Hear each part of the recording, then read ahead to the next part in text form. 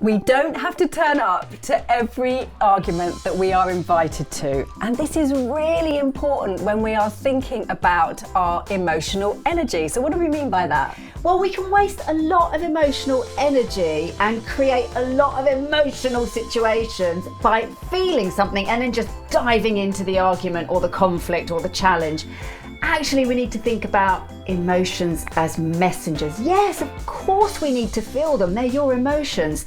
Take a moment and listen to the underlying message before we just dive into the deep end. Absolutely. So when you think about yourselves in 4 dimensions, your physical dimension, emotional dimension, intellectual dimension, and intentional dimension, when we get triggered, when things get a little bit difficult, you can think about that emotional dimension having sat in the driver's seat of your bus of life. So that's the dimension that's driving the situation. And that's why sometimes we just dive in without thinking. Yes, so what can we do? Well, we can take a moment when we know that that's happened, when a tiny part of our brain realizes that the emotions are now driving us.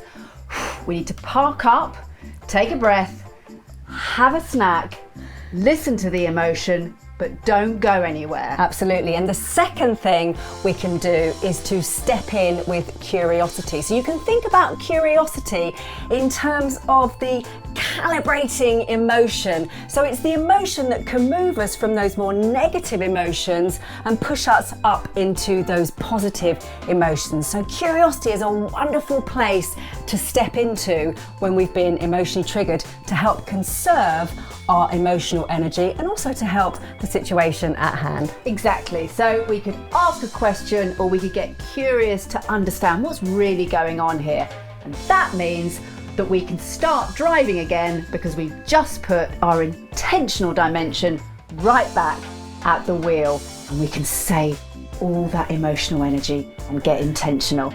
Take care, look after your emotional energy and get intentional next time you're invited to an argument. 4D human being, developing the communication skills, leadership and well-being of your people.